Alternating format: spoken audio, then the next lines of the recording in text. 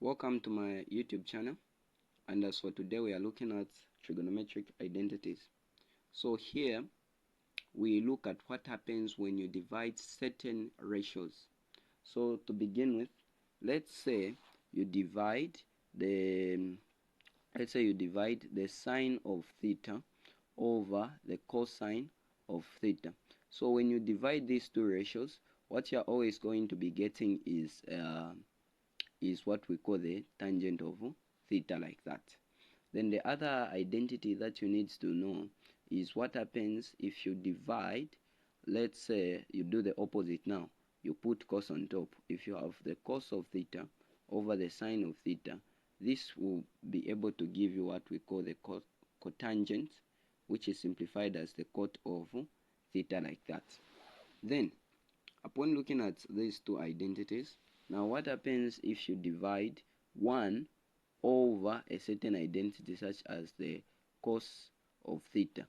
So this one should be relatively equal to what we call the sec of theta. So every time you see 1 over cos, just think of the sec of theta. Then the other identity is such that, let's say this time I divide by, I say 1 over the sine of theta. So this is equal to what we call the cosecant or the cosec of theta, like that. Now, let's say you add the two identities, which is the sine and the cos.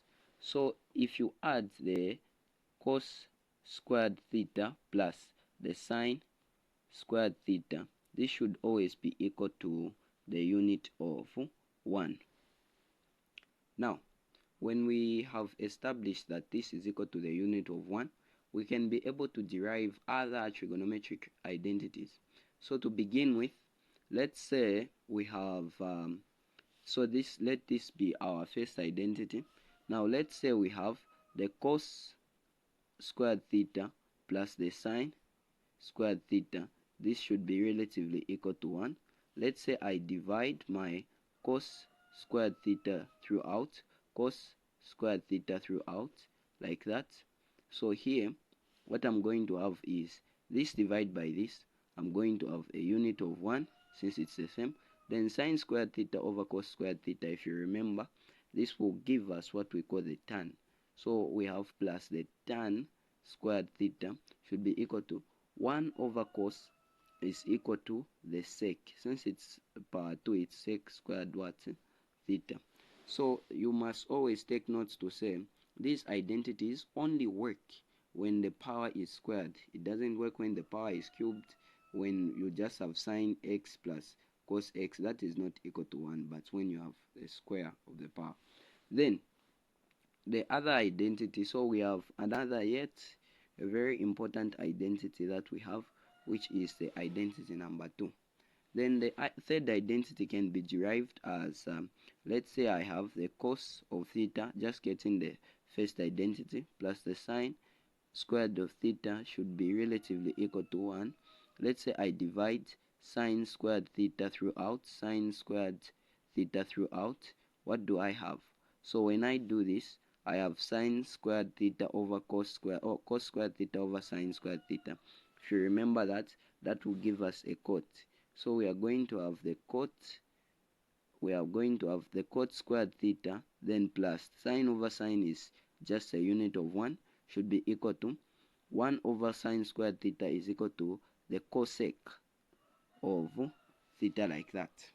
So that is how we can come up with that identity. So having looked at how these identities can be derived, let us now be able to look at the questions. So let this be my third identity. So this is our first question. So we have the cos over 1 plus the sine of x plus cos over 1 minus the sine of x. This one should be equal to,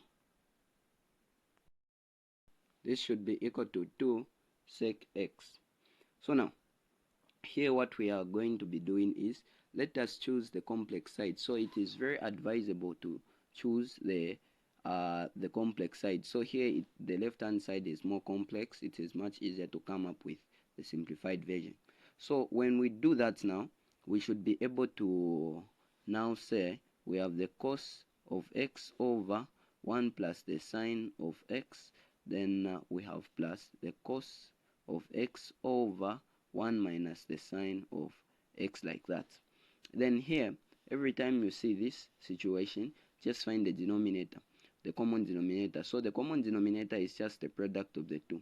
So I can say my common denominator will be 1 plus the sine of x, then the other one is 1 minus the sine of x, like that.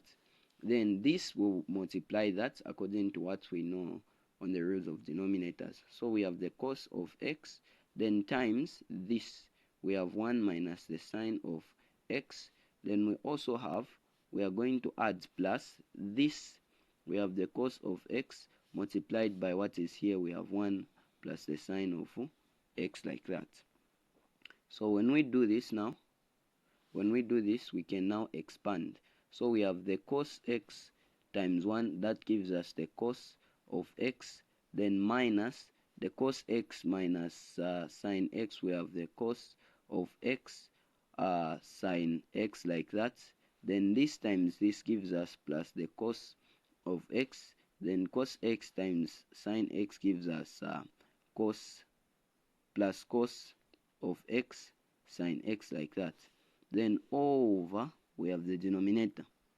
So we can be able to simplify the denominator. So if you look at the nature of your denominator, it is such that it is a conjugate. Being a conjugate, we can just multiply the first number with the first number. The conjugate meaning the signs are different. So the first number and the first number, we have 1 times 1 gives us 1. The second number with the second number, sine x times sine x gives us minus a sine, since there are two of them, sine squared x. So you can verify, if you expand it will give you that. Then here we have this and this are the same, but the signs are different. Therefore this and this will give you 0. So we are only remaining with cos x plus the cos of x. We are going to have the 2 cos of x over, we have 1 minus the sine squared x. Now, if you remember our identities, they were made in such a way that, let me just get them. So our identities, which we derived, were such that we have the cos squared x plus sine squared x should be equal to what? 1. Now, on the denominator, we have 1 minus sine x. This means that sine was just taken this side. So if you look at here, if we take sine the other side, we are going to have cos squared x is equal to 1. Then this 1 minus the sine squared x, which gives us cos x. So what I'll do here now is, I'll say this is the same as being equal to 2 cos of x, then over, we have the cos squared x, like that. Now, this implies that we have a 2 cos of x over the cos squared x is the same as cos x times the cos of x, since it's squared. Then we just cancel what is common. This one and this one is common. So we are remaining with 2. This is the same as times 1 over the cos of x. Now, if you remember correctly, we verified to say 1 over cos gives you sec. So where there is 1 over cos, I'm going to put sec. So I'm going to say this is the same as a 2 sec x. I'll say hence shown. So this is hence shown because this is what I have gotten on the right hand side. So the two sides are equal, therefore I can say hence shown. Okay, so our second equation says verify that cos x over 1 minus the sine of x is equal to 1 plus the sine of x. So how do you handle such problems? So let us pick, let's say, the left hand side. So we have the cos of x over 1 minus the sine of x. So the key to identities is just don't panic. Just don't panic. So now here what we are going to do is, since this is the denominator, I can introduce what we call the conjugates. The conjugate is just the same denominator, but the sign has just changed. So what I'm going to say is, this is the same as the cos of x over, we have 1 minus the sine of x. Then what I'm going to do is, I'm going to multiply by its conjugate, which is 1 plus the sine of x. Then whatever I do on the numerator, I must do it on the denominator. So 1 plus the sine of x. This is true because I can cancel this and still remain with my original equation. Now when I do that, what I'm going to have is, I'm not going to expand. Since 1 plus sine x, it is what they want here, I'm not going to expand. So I must be very strategic. Now, the fact that I introduced the conjugate means that I can multiply 1 times 1 and the second part with the second part. So you can again verify and find out to say, if you expand, you're going to have the answer that I'm about to give you. So here, we are going to have the cos of x, open brackets, the cos of x, open brackets, we have 1 plus the sine of x over 1 times 1 gives us 1, then sine x times sine x gives us minus, we have the sine squared x like that. So now, if you remember our identity, it says that the cos squared theta plus sine squared theta is equal to 1. But here we have a minus sign. So this minus sign simply indicates that sine was taken the other side. So it means sine was taken this side. So we have cos of x is equal to 1 minus the sine of what? X. So this implies that where there is 1 minus sine of x, I can substitute since the two are equal.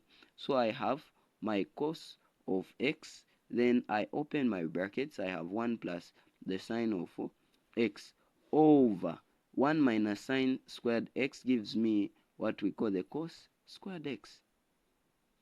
Now, this equation is the same as the cos of x, open brackets, 1 plus the sine of x, then over what we call the cos of x times the cos of what? X, like that. So this cos and this cos are the same. I can divide them like that. So what I'm actually remaining with is I'm remaining with the 1 plus the sine of x here over the cos of x. So here now I can say hence shown, since the two sides are equal. For our third question, let's deal with what happens when you're dealing with tan. So here we are going to manipulate our equation. The first thing that we need to pick is a side. Let's pick the left hand side. It doesn't mean that you can't pick the other side, but you just pick the one that you are conversant with, the one that you feel that with this one I can't go wrong. So now here it means that we have the tan of x over, we have the sec x minus 1. So just as I did, if we have this situation, let us introduce the conjugates to the denominator. So conjugate, again, it is just the same thing with just the sign changed. So we have the sec of x, then plus 1. Even on top, we can multiply the sec of x plus 1 in such a way that this and this can cancel and still remain with what we had originally. Now, this implies that we have our, now sec x plus 1, that's what we have on top. So we are not going to do anything with that. So we are going to have, we are just going to have the tan of x, open brackets, sec of x, then plus 1 like that. Now, this implies that on the denominator we can multiply. So this being a conjugate, we can just multiply the first number with the first, the last number with the last.